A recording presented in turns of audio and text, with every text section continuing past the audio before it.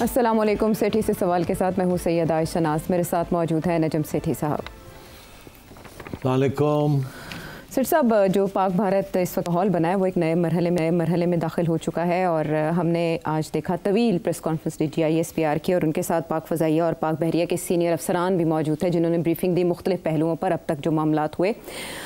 उसमें उन्होंने Indian propaganda, Indian channels का जो प्रोपेगेंडा चल रहा है, एक एक चीज़ को उन्होंने एड्रेस करके हक़ाइक़ के साथ फैक्ट्स सामने रखे और वो इंटरनेशनल मीडिया को ब्रीफिंग थी। उससे पहले DGI SPR TRT पर भी नमूदार हुए और वहाँ भी उन्होंने पाकिस्तान का मौक़िफ़ सामने रखा।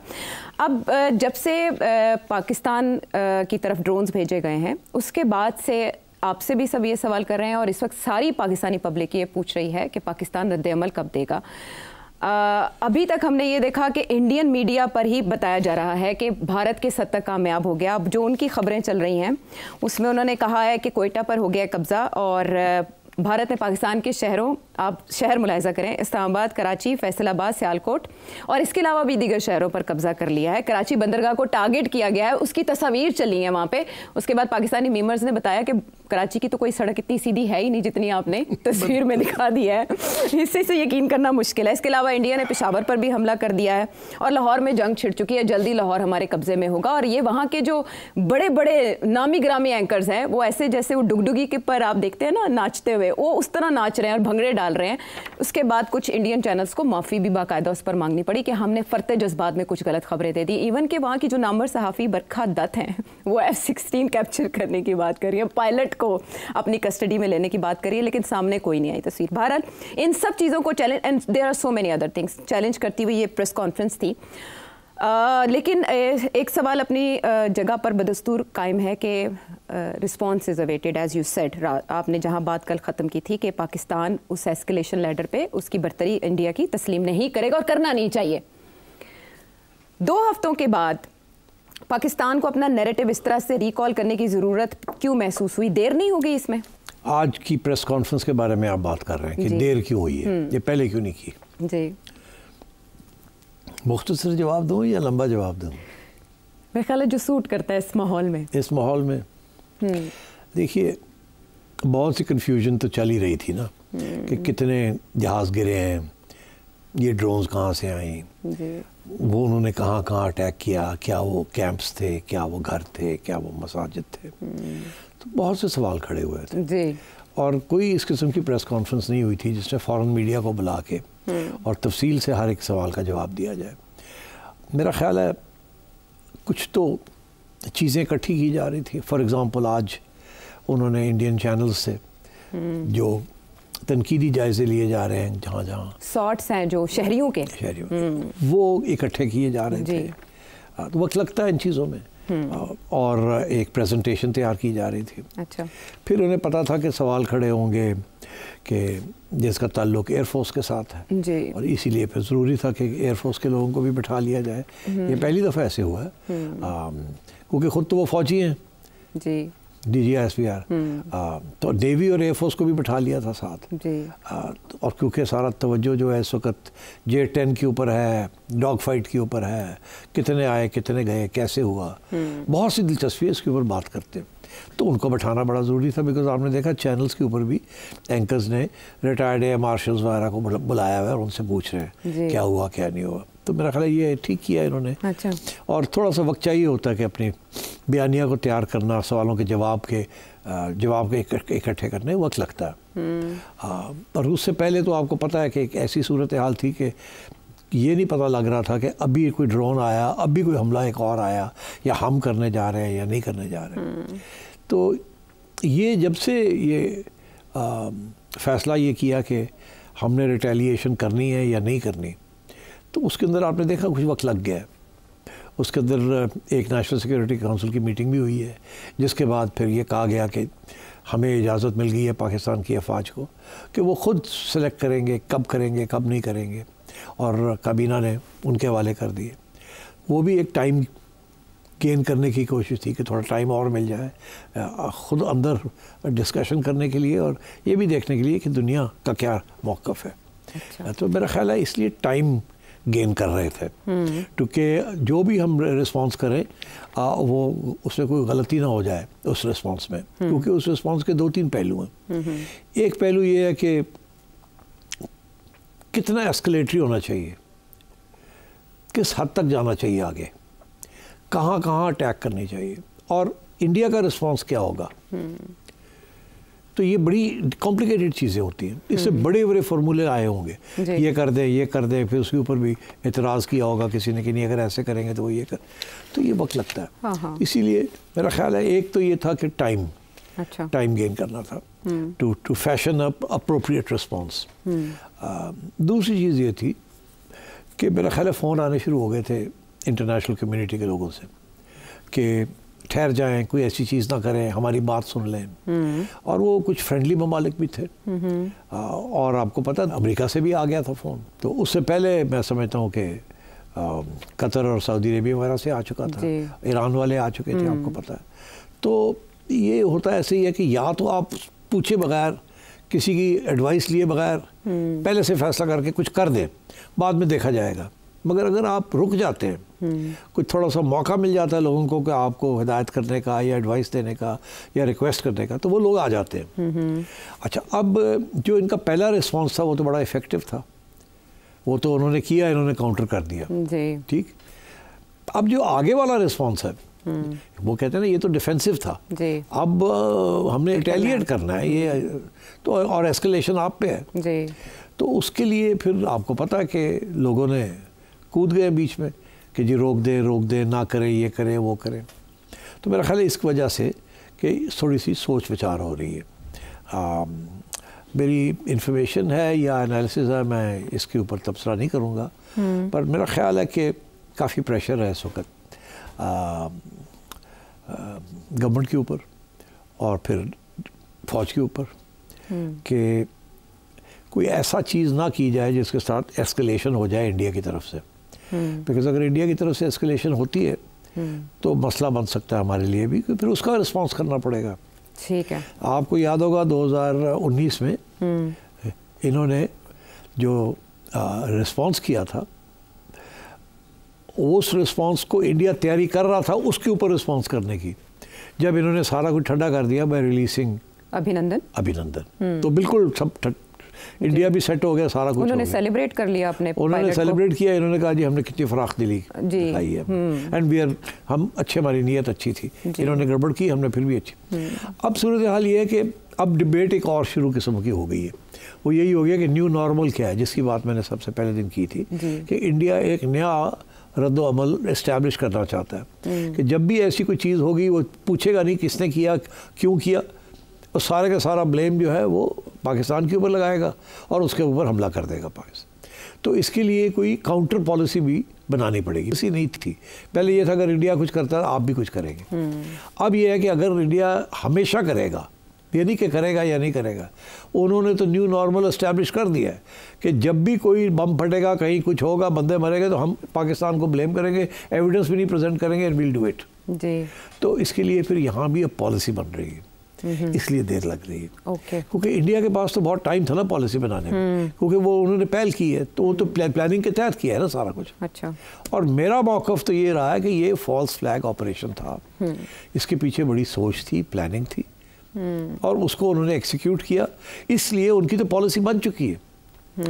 आपकी पॉलिसी नहीं बनी थी, अब आप पॉलिसी बना रहे हैं, और इसीलिए मैं समझता हूँ ये जो पॉज आप देख रहे हैं ना जी, कि हमें क्या करना चाहिए, किस हद तक करना चाहिए, कहाँ जाना चाहिए, कैसे करना चाहिए, क्या इसको आगे बढ़ाना है या इसको रहने देना है, क्या इंडिया को एग्जिट स्ट्रेटजी देनी है या नहीं देनी है, या अपने लिए एग्जिट स्ट्रेटजी रखनी है या नहीं रखनी। तो ये सारे सवाल अब आपके नेशनल सिक्योरिटी एस्टैब्लिशमेंट के सामने आ गए, and I think that's one of the reasons कि एक तरफ वो टाइम ले रहे हैं, जो पहले दिन ही ये कह दिया था ना कि जब हम चाहेंगे और जहां हम चाहेंगे और जो हम चाहेंगे हम करेंगे, उससे पता ये लग रहा था कि अभी ये पॉज लेने लगे, इमीडिएट रिएक्शन नहीं करेंगे, नहीं करेंगे। इन बिटवीन दो चीज़ें हुई हैं, एक तो ये कि इन्होंने ये सारी एविडेंस इकट्ठी कर ली है कि इंडिया के अंदर हो क्या रहा है, चैनल्स क्या कर रहे हैं, इंडियन गवर्नमेंट क्या कर रही है, कितना झूठ बोल रही है, ये हो गया, वो सारी चीज़ें इकट्ठी कर ली, अपना केस तकड़ा हो गया,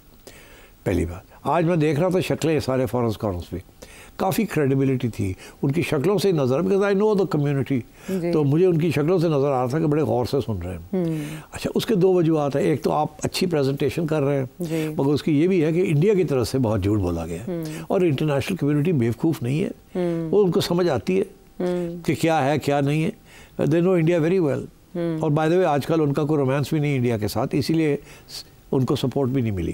ठीक है ना, इंडिया ने जो कनाडा में किया है, जो यूएसए में किया है, असैसिनेशंस कैरी आउट किए और बिल्कुल ही हाथ से बाहर निकल गए, तो पंगा ले लिया किसके साथ, कनाडा के साथ, यूके के साथ, यूएसए के साथ। तो यार यू कांट डू दैट ना, ये ऑलरेडी इनका दिमाग जो है ना थोड़ा सा ये चढ़ गया कि हम बहुत बड़े पावर हैं, मगर वो इस हादसे के बाद तो बिल्कुल ही जैसे कहते हैं ना बलून फट गया। और सारी दुनिया इस वक्त सारी बात यही कर रही है कि सबसे एडवांस टेक्नोलॉजी इंडिया के हाथ में दी और उनको चलानी नहीं आई, और वो सारी बिस जो है वो टेक्नोलॉजी की हो गई है। हाँ। लोग कह रहे हैं इनके पायलट्स की तरफ देखो, इनकी ट्रेनिंग की तरफ देखो, इनका हाल देखो, हमारी टेक्नोलॉजी तो बहुत अच्छी है, इनके हाथ में देखो क्या हो गया। और बंदर के हाथ नारियल, बंदर के हाथ नारियल। तो ये उस किस्म की सिचुएशन हो गई, इसलिए फॉरेन कॉरेस्पॉन्डेंट्स बड़े गौर से सुन रहे थे। क्योंकि मेरी तल्लकात हैं सारे फॉरेन कॉरेस्पॉन्डेंट्स, मुझे पता है वो फ़ोन करते हैं, पूछते हैं क्या हो रहा है क्या नहीं हो रहा, उनकी समझ आती है कि उनके जहन में बहुत से डाउट्स हैं कि इंडिया में ये जो सब कुछ हुआ है। ठीक, तो इसलिए I think this was a good press conference, ये करनी चाहिए थी। पहले क्यों नहीं हुई? दो बातें, जैसे मैंने कहा, एक ये कि एविडेंस इकट्ठी की जा रही थी जो कि प्रेजेंटेशन सही हो सके, हर सवाल का जवाब मिल सके जो क्रेडिबल हो। एक दूसरी चीज़ ये कि टाइम भी थोड़ा सा पाकिस्तान को चाहिए, बातें चलाते रहे जितनी देर में सोच रहे हैं तो आपका करना क्या है क्या नहीं करना। और अभी तक बाय द वे फैसला नहीं हुआ कि क्या करना है। कर लिया है, पता है इनको करना क्या है, मगर फैसला ये नहीं हुआ बटन दबाना है कि नहीं दबाना। यानी ये भी फैसला नहीं हुआ कि करना है या नहीं करना, या ये फैसला नहीं हुआ कि कितना करना है? मेरा ख्याल है हुआ ये है कि सारी चीज़ें तो तय हो गई हैं, मगर फाइनल फैसला जो है ना बटन दबाने वाला, वो अभी नहीं हुआ। और उसमें मैं समझता हूँ कि वो अगला सवाल जो बनता है कि फिर ये किसकी इंटरवेंशन है, या किसने इनको रोका है, या कौन से इश्यूज़ हैं जिसकी बेसिस के ऊपर ये रुक गए हैं। हाँ। सोचों में पड़ गए हैं। इन अ वे तो ऐसे लग रहा है जैसे पाकिस्तान इंतज़ार कर रहा है कि आलमी कुव्वतें एक्टिव हों इस क्लैश के रास्ते में और ये रुके। क्या ये कमज़ोरी को जाहिर नहीं करेगा अगर हम इंतज़ार कर रहे हैं कि कोई दरमियान में आए, और उधर से जेडी वैंस कह रहे हैं कि हमारा कोई लेना देना नहीं है, मार्को रूबियो फ़ोन कर रहे हैं? नहीं, देखिए आयशा, हुआ क्या है, पहले दिन से डोनाल्ड ट्रंप ने जो लफ्ज़ इस्तेमाल किए, जब इंडिया तवक्को कर रहा था कि फुल सपोर्ट मिलेगी, पहली तवक्को ये थी कि जेडी वैंस जब इंडिया में वही उसी वक्त बात करेगा, उसने नहीं की। दूसरी तवक्को ये थी कि जब ट्रंप को पूछा गया तो उसने किस तरीके से डिसमिस कर दिया, 1500 साल से कर रहे हैं क्या, ये होता रहता है, खुद ही निबेड़ लेंगे। और यही भी कि मुझे अफसोस है कि ये हुआ है। शेमफुल कह दिया था पहली बार। तो शेमफुल तो बड़ी स्ट्रॉन्ग वर्ड है इंग्लिश। शेमफुल तो जिसने किया वही है ना शेमफुल, मगर जाहिर है इंडिया ने उसको ट्विस्ट किया कि नहीं हमारे ऊपर नहीं है। मगर दरअसल मैं अब आपको बताऊं, डोनाल्ड ट्रंप को ब्रीफिंग हो चुकी थी मुख्तसर कि ज़्यादा हमें इन्वॉल्व नहीं होना चाहिए, इंडिया ने खुद किया है, ये मैं आपको बता रहा हूँ। अच्छा। इसीलिए मैंने पहले दिन से ये कहना शुरू कर दिया था कि ये फॉल्स फ्लैग ऑपरेशन है। इसीलिए मैंने 2000 का हवाला दिया था, बिल क्लिंटन जब आया था वहाँ, और मैंने पूरी एविडेंस प्रेजेंट की थी आपको इसी टेबल पे बैठ के कि जगदीश सिंहपुरा में क्या हुआ था और क्लिंटन उसके बारे में क्या सोचता था। और मेरा ये मौक़िफ़, जिसको हिंदुस्तान के सो कॉल्ड एनालिस्ट और एकेडमिक्स ने मुझे गालियाँ दी कि मैं झूठ बोल रहा हूँ, और किताब से ये निकाला वो निकाला, दरअसल वो सारा झूठ था उनका। और वो मैंने जब एस्टैब्लिश कर दिया तो मैंने एवं नहीं किया था, वो आई रिमेंबर्ड क्या हुआ था। असी भी तो पुराने घोड़े है ना, हाथी है, याद चावल वो कहते हैं ना, an elephant never forgets, memory बहुत अच्छी होती है। तो वो मुझे भी याद था 2000 में क्या हुआ था। And I had read that introduction by Clinton at that time, जब ये किताब बैन हुई थी जी। मुझे क्यों इंटरेस्ट था इस चीज़ में, I am a publisher also ना, मैं किताबें भी शाया करता हूँ। मुझे सारी दुनिया की कंट्रोवर्सीज किताबों के ऊपर जो है मुझे पता है। फलानी किताब छपी, फलानी किताब को विड्रॉ करना पड़ गया, उसके अंदर ये लिखा हुआ था, उसके ऊपर ये उसको बैन कर दिया, उसको विड्रॉ कर दिया, उसकी तब्दीली कर दी, उसके अंदर पेजेस फाड़ के फिर नए पेजेस लगा दिए। ये I know all about this all over the world. अभी इंडिया में हाल ही में एक इंडिया हिंदुइज्म के ऊपर एक किताब छपी, इतनी मोटी किताब है, by woman American scholar called Wendy Doniger. उसके अंदर बीजेपी और आरएसएस वालों को बड़ी तकलीफ हुई, उसने जो बातें लिखी थी अबाउट हिंदुइज्म, कुछ ऐसी बातें थी, वो तारीखी, it's a huge big book, शोर पड़ गया तो बैन हो गई वहाँ। अच्छा। और वो जो नई एडिशन जो इंडिया में छपी है उसके अंदर से वो चीज़ें निकाल दी गई हैं। मेरे पास बाय द वे दोनों एडिशंस हैं, जो ओरिजिनल भी है और ये जो अमेंडेड एडिशन है वो भी है। और तो मैं इस किस्म की चीज़ें होती रही हैं वहाँ। आप लोगों को याद नहीं है, एक बात मैं आपको याद दिला दूँ, बात ही छिड़ गई है। तो सलमान रुश्दी की किताब थी ना, आपका क्या ख्याल है पाकिस्तान में कब बैन हुई? वो याद है आपको कुछ? मैं आपको बताता हूँ। सबसे पहले ऑब्जेक्शन उसके ऊपर ईरान में हुआ था। अच्छा। खुमैनी की रेजिम ने किया था। अगला ऑब्जेक्शन पाकिस्तान में नहीं हुआ था, अगला ऑब्जेक्शन इंडिया में हुआ था। इंडिया में मुसलमानों ने एहतजाज किया और वो किताब बैन कर दी गई। उसके बाद पाकिस्तान के अंदर शोर पड़ गया और किताब को बैन करना पड़ा। अच्छा। तो आई फॉलो दीज थिंग्स, क्योंकि ईरान के अंदर जब ये हुआ तो इतना लोगों ने नोटिस नहीं किया। नई नई इनकलाबी ईरानियन रेवोल्यूशन आई थी एंड सो ऑन, पर जब इंडिया के अंदर हुआ तो फिर शोर पड़ गया यहाँ भी कि भाई इंडिया में बैन हो गई है। 1988 में राजीव गांधी की गवर्नमेंट में जब बहुत मुजाहरे और पुरतशद्दुद। अब आपको याद आ गया, टक टक टक टक टक ये जो आप ऐसे करती है ना, अच्छा लोग कहते हैं कि कर दी, क्या कर रही है आप पता लग गया लोगों को, you are checking, counter checking. This is what we do, we check our facts. So अगर कोई फैक्ट गलत हो जाए तो हम ठीक कर देते हैं। सो अब बात यह है कि इस केस में भी जो बिल क्लिंटन ने लिखा था वो अवेलेबल था, उसके ऊपर पूरी डिबेट हुई थी, इंडिया में भी, यूएसए में भी, यूएस कांग्रेस में भी हुई थी। अच्छा। सो अब खैर एनीवे, तो मेरा ये मौक़िफ़ रहा है और बहुत से लोगों ने मेरी बात सुनी है, मगर जाहिर है मैं पहला था जिसने ये बात कही कि ये फॉल्स फ्लैग ऑपरेशन था, तो उस वक्त मुश्किल लग रहा था कि यार इतना बड़ा कैसे कर सकते हैं। तो जब वो चेती सिंहपुरा का हवाला दिया तो फिर और लोग कन्विंस हो गए। तो अब मैं आपसे कह रहा हूँ कि डोनाल्ड ट्रंप को पता है कि ये खुद करवाया है इन्होंने। अच्छा, इसीलिए वो मुसालहत, इसीलिए वो अब इंडिया की साइड खुल के ले नहीं सकते। उन्हें बात पता है कि किसी न किसी स्टेज पे ये भी बात बाहर आएगी कि इन्होंने खुद करवाया। अच्छा। आज नहीं, कल नहीं, परसों शायद अमेरिकन सोर्सेज ही ये बात कर डिस्क्लोज कर दे, किताब लिख दें, जैसे बहुत कोई और लिखे उसमें ये कह दे। तो डोनाल्ड ट्रंप नहीं अपने आप को दिखाना चाहता कि यार मुझे पता था कि इन्होंने खुद किया है, इसलिए वो दूर हो गया इससे। और ये कह रहा है शेमफुल, तो यार, और ना ही वैंस ने को बात की उस वक्त, ना ही डोनाल्ड ट्रंप ने, वो थोड़ा दूर हो गए। इंडिया को बड़ी तकलीफ हुई है। जब वो थोड़े दूर हुए तो बाकी इंटरनेशनल कम्युनिटी जो है वो भी खड़े हो गए, यार एक ही हुआ है, अमेरिकन सपोर्ट नहीं कर रहे। इंडिया तो इतना बड़ा अलायंस पार्टनर है अमेरिका का अगेंस्ट चाइना इन क्वाड, इकट्ठी ड्रिल्स हो रही है, ट्रेनिंग हो रही है, इंडियन ओशन में हो रही है, वैसे इकट्ठे। तो ये क्या हो गया? India is the latest partner of the United states. America NATO से दूर हो रहा है, इंडिया के करीब हो रहा है, और इंडिया को सपोर्ट नहीं किया इस चीज़ के ऊपर। और पाकिस्तान के साथ तो अमेरिका के इंटरेस्ट अब बहुत कम रह गए हैं।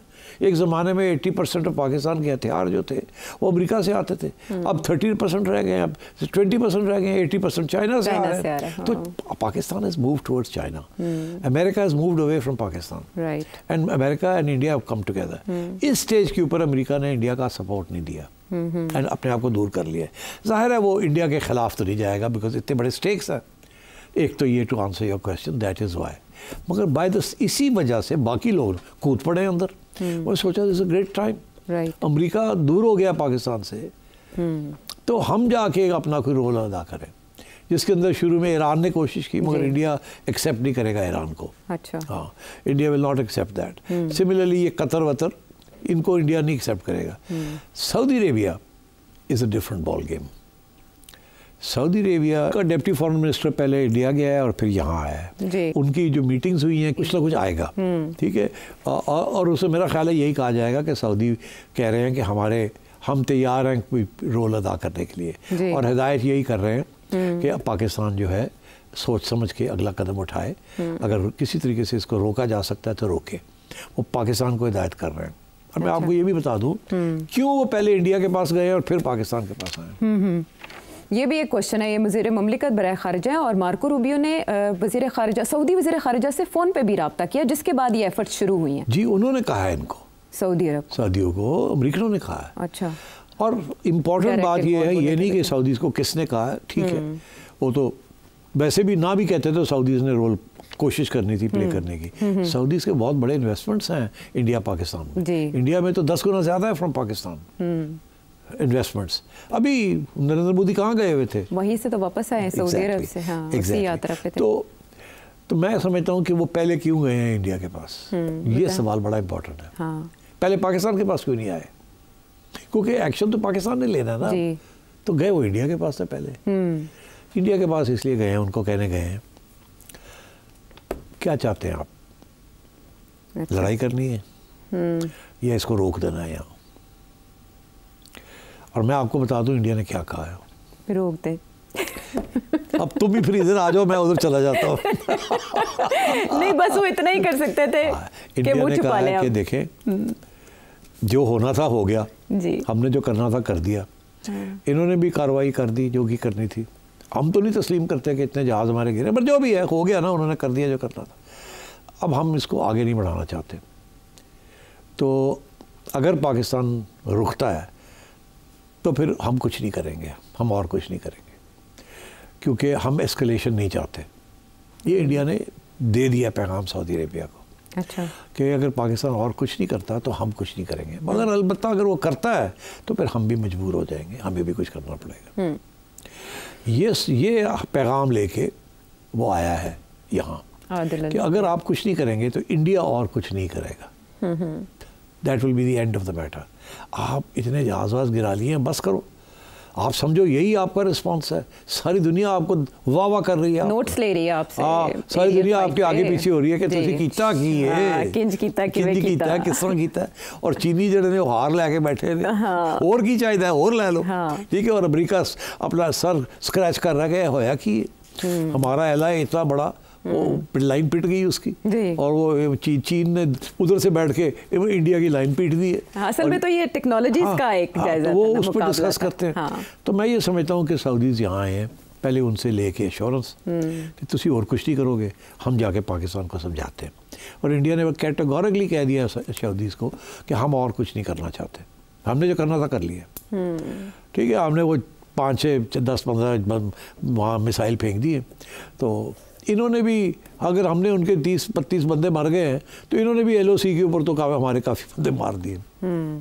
तो अब बस करें, ठीक है। ये of the record he confess कर रहे हैं, अदरवाइज वो बता तो नहीं करेंगे। मैं ये तो मैं चिड़िया की खबर दे रहा हूँ। तारड़ साहब ने भी बताया, काफ़ी तादाद बताई थी उन्होंने इंडियन सोल्जर्स की। तो कहते हैं यार हो गया, उन्होंने साढ़े बंदे मारते, 80 उन्होंने मारे, उन्होंने साढ़े मारते, साढ़े जेट भी गिराते रहे। तो बस करो, ठीक है, वी रोके, साड़ी भी कोई इज्जत रहने दो। नहीं तो फिर अगर आप इन्होंने कुछ और किया तो फिर हमें भी करना पड़ेगा, फिर एस्केलेशन हो जाएगी। तो सऊदीज़ ये पैगाम लेके आए हैं। अच्छा। यहाँ बात सुनी है सऊदीज़ की। देखिए, अमेरिका की बात आप ना सुने तो कोई बात नहीं, फ़र्क नहीं पड़ता। वो देते क्या आपको? वो कुछ भी नहीं देते। एक IMF ही रह गया है। IMF ने भी किस्त की मंजूरी दे दी है, खबर हो जाए। इंतज़ार यहाँ यही थी कि पहले वो हो जाए। हाँ। मगर इसका ये मतलब नहीं है कि अगर अभी गड़बड़ करेंगे तो अगली भी आनी है, वहाँ IMF आपको टाइट कर देगा। लेकिन IMF का ये मौक़िफ़ होगा जो अभी है, मगर उन्होंने कहा कुछ नहीं, बिकॉज अभी आपने किया कुछ नहीं। अगर जंग छिड़ जाती है तो आपकी इकॉनमी जो है, डिफेंस फोर्सेस को पैसे और देने पड़ेंगे। अच्छा। अगर पैसे आप और देंगे तो कहाँ से लाएंगे? तो वो IMF के जो कर्जे ले रहे हैं वहीं से देने पड़ेंगे ना। तो IMF तो ये बात नहीं पसंद करेगा। इसलिए ये इस दफ़ा तो उन्होंने ओके कर दी है, बिकॉज अभी आपने वो एक्शन नहीं लिया। कल आप वो एक्शन ले लेते हैं तो फिर अगली जो ट्रांच आनी है वो फिर IMF रोक लेगा। वो कहेगा नहीं ये क्या हुआ, या आप और कहीं से पैसे इकट्ठे करें तो या हम आपको और नहीं देंगे। तो ये खतरा है। ठीक। तो इसलिए मेरा ख्याल है this is one of the reasons why the Saudis have come here. और इन्होंने ये जो पॉज लिया है ना, इसको मैं कहता हूँ स्ट्रेटेजिक पॉज, ये टैक्टिकल पॉज नहीं है। अच्छा। टैक्टिकल पॉज वो होता है कि आप रीग्रुप कर रहे हैं और फिर आप अटैक करेंगे। अच्छा। ये स्ट्रेटेजिक पॉज है कि सोचना ये है कि अब हमारी पॉलिसी क्या होगी, क्या होगी। अगर हमने इसको करना है रिटेलिएट, तो उसके बाद फिर एस्केलेशन की तैयारी होनी पड़ेगी। हाँ, ये नहीं कि इंडिया चुप कर जाएगा, वो करेगा कुछ। तो यहाँ आके बात अब रुक गई है। बिल्कुल ठीक है। That is what I am trying to tell you. अभी यहाँ बहुत बड़ा स्ट्रेटेजिक फैसले होने हैं। हाँ ठीक है, ये जो बात यहाँ आके रुक गई है, यहाँ पर हम गुफ्तगू को भी रोकेंगे, क्योंकि अगर पाकिस्तान रिटेलिएट करता है तो ये चेन लगता है, लेकिन अगर पाकिस्तान नहीं करता तो पाकिस्तान कहाँ खड़ा है और क्या करेगा, ब्रेक के बाद कंटिन्यू करेंगे।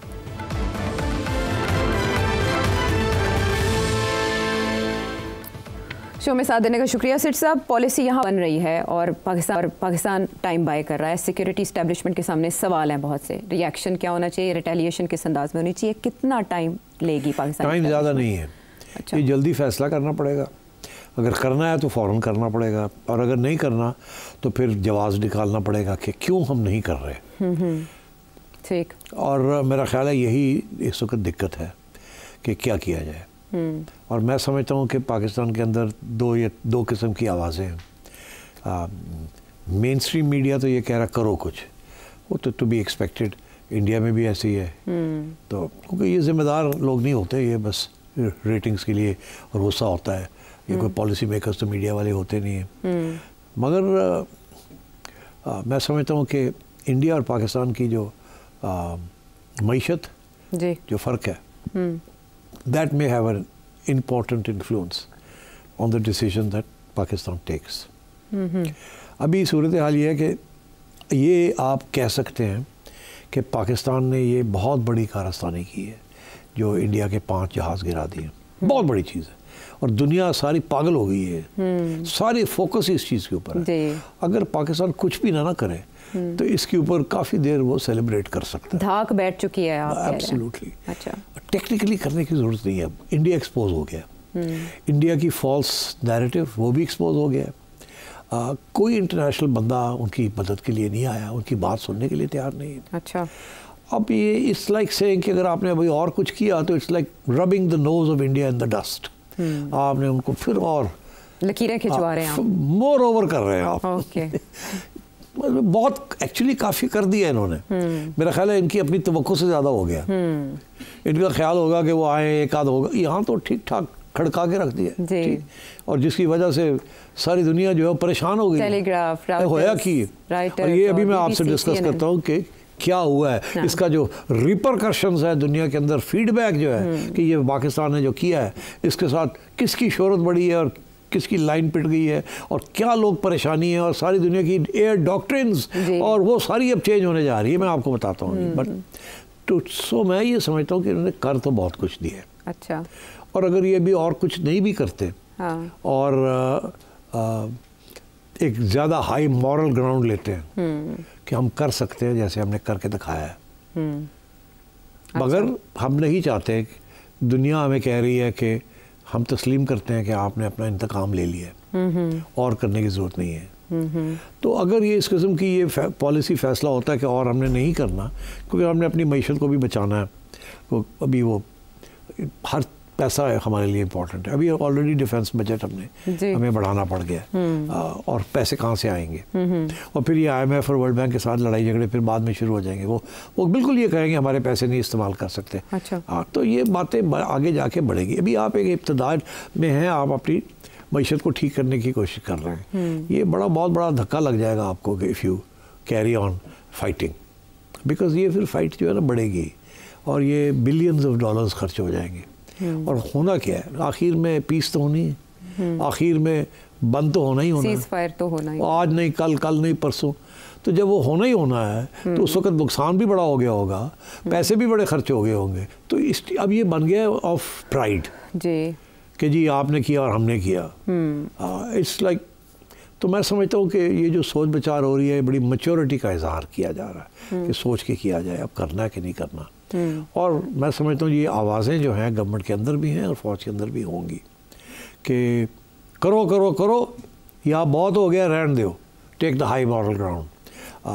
तो ये मेरा ख्याल है इसके ऊपर फैसले जल्दी हो जाएंगे। तो न्यू नॉर्मल का क्या होगा? अगर तो न्यू नॉर्मल यही है कि अब that is the problem that I pose to you कि न्यू नॉर्मल का क्या होगा। ये कहा जा सकता है कि न्यू नॉर्मल के अंदर भी एक दरार आ रही है, क्योंकि अगर आपने 5 गिरा दिए हैं उनके, तो कोई छोटी बात तो नहीं किया आपने। तो क्या न्यू नॉर्मल अब इंडिया करेगा इसके बाद? इसके बाद तो उनका सारा एयर वॉरफेयर का जो उन्होंने चीज़ बनाई हुई थी 2020 के बाद, के रफ़े आ जाएंगे तो बस मसला हल हो जाएगा, तो फारग हो गए ना जी। पहले ही सेट ही तुसी उड़ गए होते। ठीक है। और अब तो वो देखे ना, वो चाइनीज़ कंपनी जो बनाती है J10 और J17, वो तो उसके स्टॉक मार्केट, उसके स्टॉक से 40% बढ़ गए और इनके गिर गए 10 होके, तो फ्रेंच कंपनी जो है।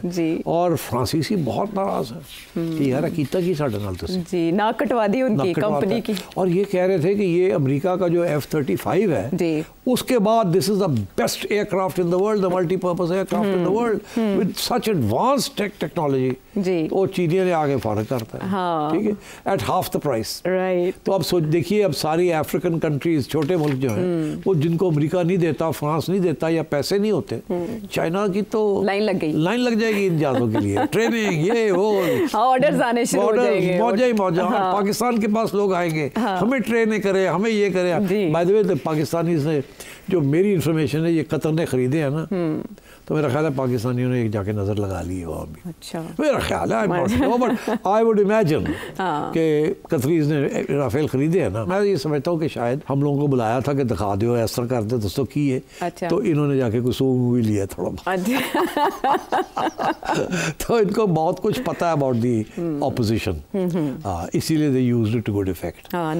सो आई थिंक मैं समझता हूँ कि पाकिस्तान हैज डन इनफ, इनको और कुछ करने की जरूरत नहीं है। अच्छा। इंडिया की मीडिया एक्सपोज हो गया, इंडिया की गवर्नमेंट एक्सपोज हो गई है, इंडिया की फौज की कमजोरियां नजर आ गई हैं, इंडिया की एयरफोर्स की कमजोरियां नजर आ गई हैं, तो और क्या रह गया? You have humiliated India, right. और आपको क्या चाहिए? अब आप 7-8 जगह पे जाके उनके किसी एयरपोर्ट्स के ऊपर, बेसिस के ऊपर बमबारी, तो फिर ठीक है, इस दफ़ा फिर वो उठेंगे, फिर वो भी अपने जहाज़ जो है लॉन्ग रेंज में, वो भी फिर मिसाइल मारेंगे। डोंट फॉरगेट कि उन्होंने मिसाइल ऑलरेडी मारी है ना, मुरीदके में और बावलपुर, उसको अब नहीं रोक सके ना, which we will discuss now जी, कि वो क्यों नहीं रोक पाए। तो मैं समझता हूँ कि ये एस्केलेशन रैडर चढ़ेगा ये। अच्छा। तो मेरा ख्याल है Pakistan should seriously consider showing great generosity and great grace. और इसके बदले में क्या सऊदी अरब या यूएस कुछ ऑफर कर सकते हैं पाकिस्तान को? यूएस तो कुछ नहीं कर सकता, मगर ये ज़रूर है कि अगर आप सऊदी अरेबिया की बात मान लेंगे तो फिर after all he is your also your friends, फिर आप उनसे और भी इमदाद ले सकते हैं, जिस किस्म की इमदाद को आपको ज़रूरत पड़ती है फ्रॉम टाइम टू टाइम। देखिए, MBS को ना करना कोई आसान बात नहीं है, क्योंकि जब भी प्रॉब्लम होती है तो आप या चाइना के पास जाते हैं या सऊदीज़ के पास जाते हैं। जैसे नई गवर्नमेंट आती है, प्राइम मिनिस्टर को फ़ौज कहती है चलो जी पैक करो, जाके बादशाह सलामत है कि सलाम दो लो, इधर जाना जाए या उधर जाना जाए, तो कभी चाइना पहले चले जाते हैं और सऊदी अरेबिया बाद में चले जाते हैं, कभी सऊदी पहले चले जाते हैं, कभी उधर बाद, तो और तो है कोई नहीं, you don't get anything from anyone else. So I think since America is not in the picture. Okay, anyway. I think the Chinese must be delighted. Arms length के ऊपर उन्होंने अपनी सारी एडवांस टेक्नोलॉजी टेस्ट कर ली पाकिस्तान के through, Pakistan के ज़रिए test कर ली है। और आप समझे कि इसीलिए वो खबर यही लगी है कि इसाक डार ने सुबह 4 बजे फ़ोन करके चाइनीज़ एम्बेसडर को उठाया और कहा एक्सेलेंसी। क्या हो गया एक्सेलेंसी, असी मार गिराया राफेल। अच्छा किस तरह ने कहा J10 ने उड़ा के रखा, PL-15 ने मिसाइल ने उड़ा दिया। उन्होंने कहा मैं आ रहा हूँ, वाह वाह वाह, वो भागा जनाब, नाइट सूट में ही भागा वो बेचारा। और ये टेलीग्राफ रिपोर्ट कर, और ये हाँ, तो मतलब है कि it is a great development in the world of avionics and air warfare. इसके ऊपर बहुत कुछ लिखा जाएगा, अभी आप देखेंगे कोई ना, इसके ऊपर बड़ी रिसर्च होगी, बड़ा कुछ लिखा जाएगा और पाकिस्तानियों को दावत दी जाएगी, इधर आए उधर जाएं, और अगले एयर शोज़ जो होंगे वहाँ चाइनीज़ जहाज़, चाइनीज़ टेक्नोलॉजी सारे पहुँचे होंगे वहाँ, पैसे लेके, चेक बुक्स लेके। तो आप सोचिए, this is a game changer what has happened. तो इस इन अ वे पूरी दुनिया में बर्तरी जो है एस्केलेशन में या इस वॉरफेयर में, Chinese technology is moving up the ladder, like China is becoming almost as big as America, and maybe they say in 3 or 4 or 5 years China will be bigger than America.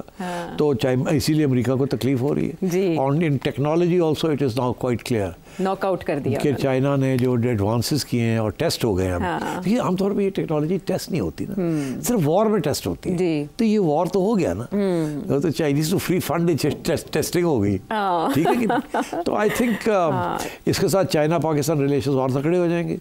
इससे India थोड़ा सा घबरा जाएगा पीछे कि यार ये nexus जो है हम आगे डिस्कस कर सकते हैं कि चाइना ने एक्टिवली हेल्प कैसे की है। ये तो आ गई ना, दे दिया, मगर इसके आगे भी बातें हैं। ठीक है, लेकिन चाइना भी यही चाहेगा कि कॉन्फ्लिक्ट ना बढ़े मजीद। नहीं, जाहिर है वो नहीं चाहेंगे, वो तो वैसे भी China doesn't want any conflict on it's borders. मगर वो ये है कि they have a conflict with India, they want to settle it, India करता नहीं है। If we have a conflict with India, we want to settle it, but India करता नहीं है। जी, इंडिया नहीं करता। I think अभी तो खैर इंडिया की मिडिल क्लास बिल्कुल ही वो फाशिज्म की तरफ जा रही है। जी।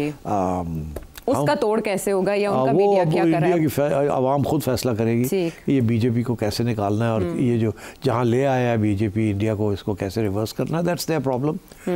We been through it Zia के ज़माने में एंड सो ऑन, और इतना आसान नहीं होता रिवर्स करना। We are still suffering from it, but I think slowly the BJP government will be exposed.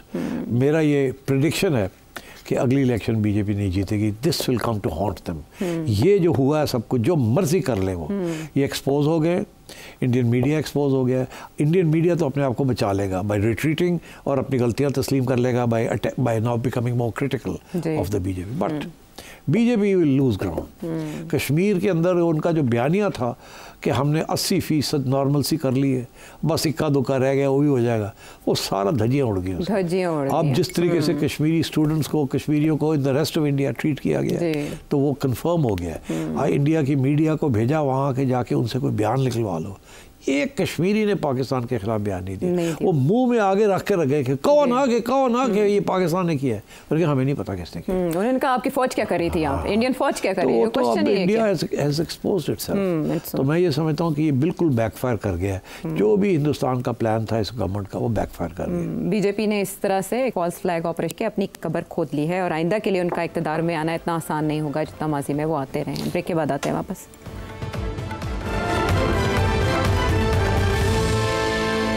Welcome back to the show. सिट साहब, चाइना के किरदार की बात हो रही थी, किस हद तक चाइना ने मदद की? देखिए, ये इसमें बात जो सामने नहीं आ रही, क्योंकि टेक्निकल बात है।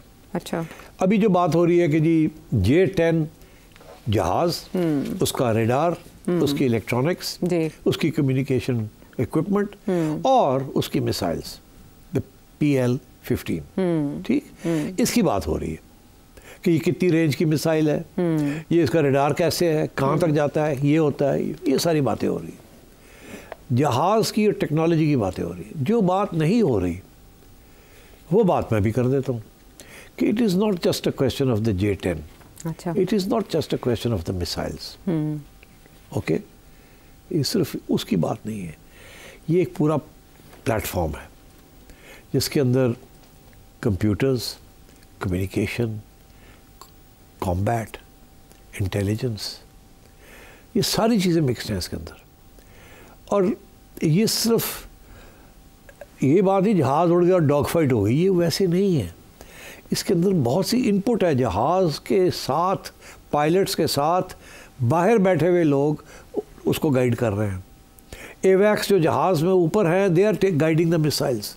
ये एक पूरा सिस्टम है जो कि किसी के पास दुनिया में नहीं है इस वक्त, जो चाइनीज़ ने और पाकिस्तानियों ने मिल के डेवलप किया।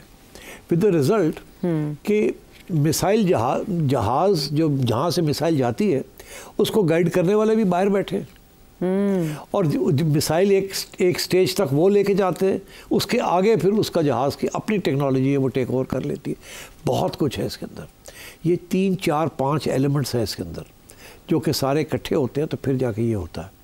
और ये न इंडिया को भी ये नहीं पता था, और हमने भी पहली दफ़ा ये पूरा नेटवर्क जो है इसको इस्तेमाल किया है to make the skills. They were not dog fights, they were a very advanced way of communication, navigation, computerization, electronic jamming, targeting, guidance, बहुत कुछ था इसके अंदर। It was not just the jet, it was not just the missile, and it was not just the pilot, the split second in which decisions have to be taken।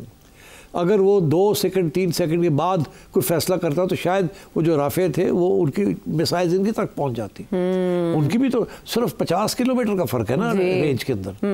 तो मतलब है उनको नहीं पता था कि इनकी रेंज इतनी है, तो वो आगे उन्होंने भी फायरिंग करनी थी, उन्होंने पहले कर दी। अगर ये थोड़ी देर भी फैसला हो जाता या अभी ठहर जाओ, सोचो, पहले तो ये होता था डॉग फाइट होती थी। या आप उनके एयर स्पेस पे चले जाते थे या वो आपके एयर स्पेस पे आ जाते थे। अभी तो हुआ नहीं, वो उधर थे, आप इधर थे जी। उन्होंने before they can open there या वो टारगेट लॉक करते, हाँ लॉक करते, इन्होंने उनको जैम कर दिया और वो ब्लाइंड हो गए जी। और मैं कहता हूँ कि वो जब ब्लाइंड हो गए तो उनमें से एक दो तो ब्लाइंडनेस की वजह से गिर गए, क्योंकि इलेक्ट्रॉनिक्स ही जैम हो गए थे। उनको the pilots didn't know what to do, they had no control over their aircraft. तो ये सारी चीज़ें, ये सब सरप्राइज था। अब हमें भी सरप्राइज था कि ये वर्क कर गया, because we had never tested these things. तो अब मेरा ख्याल है इसी के ऊपर रिसर्च होगी from all over the world कि ये क्या हुआ, कैसे हुआ, ये किस किस्म का सिस्टम था जो कि क्लिक कर गया, और उसमें पायलट का रोल क्या था, जहाज का रोल क्या था, मिसाइल का रोल क्या था, एवैक्स जो ऊपर चढ़े हुए थे जो गाइड कर रहे थे उनका रोल क्या था, कम्युनिकेशन का, आपस में कैसे कम्युनिकेशन हो रही थी पाकिस्तानी पायलट्स की पाकिस्तानी एयर हेडक्वार्टर्स के साथ, एवैक्स के साथ, एंड सो ऑन। तो it was a very complicated and sophisticated way of tackling India, India's Rafales. इसीलिए it's a state of shock. मेरा ख्याल है हमें भी शॉक मिला है थोड़ा सा। क्यों वी हैव डन इट? देखो यार, ये बड़ा खौफ था इस जहाज का, राफेल का तो जाहिर है बहुत चर्चे थे वो इंडिया कि उन्हें बर्तरी है, ये कहा जाता ले लिया और पता नहीं 24 और ऑर्डर कर दिए किए हुए थे जी। 36 डिलीवरी हो गई, 2 साल से ट्रेनिंग हो रही है जी। अभी आखिरी बैच तो अभी आया, अप्रैल में ऑर्डर किया, उससे पहले ट्रेनिंग हो रही थी, मगर ये कोई छोटी चीज़ तो नहीं थी। तो इसलिए आई थिंक द पाकिस्तानीज इसको और सोफिस्टिकेटेड करेंगे। चाइना के साथ ड्रिल्स भी हुई हैं इसके ऊपर पहले बाद में, मगर ये खुफिया रखा जाता ना कि क्या कैसी ड्रिल थी, क्या था क्या नहीं था। But I think most important मेरा ख्याल है कि during this critical period Chinese experts were also giving input to the Pakistanis. This is my sense, I don't know, मगर मैं समझता हूँ कि चाइनीज सैटेलाइट्स ने हेल्प की या नहीं की, आई डोंट नो। बिकॉज देखिए satellites are very important during such times जी, फ्रीक्वेंसी क्या, बिकॉज पाकिस्तान के अपने सैटेलाइट्स तो है नहीं, अमेरिकन सैटेलाइट्स से तो आपकी हेल्प नहीं करनी। तो ये एडवांस वार्निंग जो मिलती है, अगर वो 300 मील दूर है उनका जहाज जी, तो इनको कैसे पता कि वो जहाज जो है आ रहा है, तो इनका रेडार तो जाता नहीं आता। तो सैटेलाइट्स तो कर सकते हैं ना डिटरमिन कि वो चढ़ गए उधर से 300 मील से और वो आ रहे हैं, और इस लेवल तक अभी उनकी रेडार आप तक पहुंचा नहीं है, मगर आपका पहुंच रहा है, पै जाओ। तो ये बड़ी चीज़ें हैं कि हमारे एवैक्स के साथ कोई और सैटेलाइट कम्युनिकेशन हो रही थी, नहीं हो रही थी, वी डोंट नो। ये आहिस्ता आहिस्ता ये बातें निकलेंगी। But I think the Chinese PLA, people's liberation army, is one of the most advanced armies in the world. उनकी जो टेक्नोलॉजिकल इनपुट है that is phenomenal। और अभी एक इंडियन एक्सपर्ट है, उनकी तरफ से ये वाज़े कर दिया उन्होंने कि चाइना हैज़ द पावर कि इंडिया की सारी जो इलेक्ट्रॉनिक्स है या जो कम्युनिकेशन सिस्टम्स हैं उसको जैम करने की भी इनके पास क़ुव्वत है, और अमेरिकन इन्फ्लुएंस को भी चैलेंज कर दिया है बहुत कुछ। So I think India will have to go back to the drawing board. इसीलिए मैं समझता हूँ कि वो चाहते हैं कि बंदी हो जाए, बस कर दो, अगर कुछ किया तो सानू करना पड़ेगा, फिर साड़ी पिटाई ना हो जाए, इसलिए बेहतर है कि we are ready to call it today. That's what, इससे आगे वो नहीं जा सकते। अब हमने देखना ये है कि हमारे लिए चॉइस ये है, या तो हम हाई मॉरल ग्राउंड लेके कहे जी दुनिया ने हमें रिक्वेस्ट की है, हमने दिखा दिया हम क्या कर सकते हैं, हम ये भी कर सकते हैं, ये भी कर सकते हैं, ये भी कर सकते हैं, and we are warning India हम तो कीता ते ਅਸੀਂ छोड़ांगे नहीं ਤੁਹਾਨੂੰ, ਅਸੀਂ ਕਰਕੇ ਦਿਖਾਤਾ ਤੁਹਾਨੂੰ, ਤੁਹਾਡੇ ਬਾਕੀ 24 ਜਿਹੜੇ ਰਹਿ ਗਏ ਨੇ ਵੀ ਫਰਕ ਕਰ ਦੇਣਗੇ, एंड सो ऑन। मतलब धमकी देनी है ना, मगर बैक छोड़ दो, ठीक, you will gain a lot of goodwill. But on the other hand then वो जो बात नई डॉक्ट्रिन की बात हो रही है, वो ये बड़े लोग हैं जो कहेंगे जी एक बारी करना चाहिए, छोड़ना नहीं चाहिए, कौड़ा घुट करना पड़ेगा, घास खाना पड़ेगा, नहीं तो ये इंडिया वाले फिर चढ़ जाएंगे किसी स्टेज पे, इनको सबक तो सिखाना पड़ेगा। तो इस वक्त अगर कोई प्रॉब्लम आती है IMF के साथ तो देखा जाएगा उस वक्त बाद में, अभी तो कुर्बानी देने का वक्त आ गया है, तो वी शुड डू इट। तो दोनों पॉइंट्स ऑफ व्यू चल रहे हैं, या हो सकता है ये कोई ऐसी चीज़ फैसला करे कि इंडिया को पैगाम दे दे कि हम ये करने जा रहे हैं जी, छोटा मोटा, तुसी ਇਹਦੇ बात कुछ ना करना। अच्छा, अंडरस्टैंडिंग डेवलप हो जाए किसी के जरिए। NSA का राब्ता तो हो गया, लेकिन उसका कोई आउटकम नहीं पता चला। नहीं, वो मेरा ख्याल है वो सिर्फ इमरजेंसी के लिए राब्ता हुआ है, हॉटलाइन। ये इस किस्म की चीज़ जो है, पहले तो ये सऊदीज जो हैं they will play a role. अगर तो पाकिस्तान ने फुल फ्लेश्ड रिटेलिएशन की तो फिर आप समझिएगा सऊदी एफर्ट्स आर फेल्ड। अगर इन्होंने ना की या सोची समझी की, जिसके साथ इंडिया एस्केलेशन की तरफ नहीं जाता, उनको भी एग्जिट मिल जाती है, जिसको वो उसका समझते हैं ऑनरेबल एग्जिट। उन्होंने अपनी आवाम को गोली देनी है, हमें अब देने की जरूरत नहीं है, हमने तो करना तो कर लिया, हम ना भी कुछ करें साड़ी आवाम बड़ी और ये ट्राई करती थी, ठीक है। कश्मीरी भी जाग गए, बाउंस रिबाउंड कर गया वहाँ पर, तो ये सारा इंडिया के गले पड़ गया, चिढ़ गया, गले पड़ गए दुनिया। नोबडी बिलीव्स इंडिया, बहुत लॉस ऑफ गुडविल हुआ है इंडिया का। I think India will have to think twice आगे इस किस्म की चीज़ अगर उसने फॉल्स फ्लैग करके पाकिस्तान के ऊपर हमला करना है, they will think twice about it. So I think part of the message has been conveyed. अब आई थिंक इससे ज़्यादा मेरा मुनासिब नहीं कि मैं कोई बात करूं, मेरे पास वो इन्फॉर्मेशन नहीं है और वो ज़िम्मेदारी नहीं है जो कि हमारे नेशनल सिक्योरिटी के एडवाइज़र्स हैं और जो हमारी फ़ौज है और जो हमारे सियासतदान इन नो हैं। It's a decision they have to make. अभी तक की सिचुएशन में क्योंकि देखिए ये हर चीज़ का एक कॉन्सिक्वेंस होता है। तो India has overplayed its hand, is going to suffer. Should Pakistan play another hand? Pakistan पे हम फैसला छोड़ देते हैं। आपने उसके सारे पहलू तो बयान कर लिए। आईपीएल और पीएसएल के हवाले से जो भी हुआ, ये जिसकी नज़र हुआ, जंगी हिजान की नज़र हुआ, उस पर भी आने वाले शोज़ में हम करते रहेंगे। अभी तक की सिचुएशन पे आपने एनालिसिस जाना, सवाल हो आपके जहन में पूछिए इस नंबर पे। अगले प्रोग्राम तक के लिए इजाज़त दें।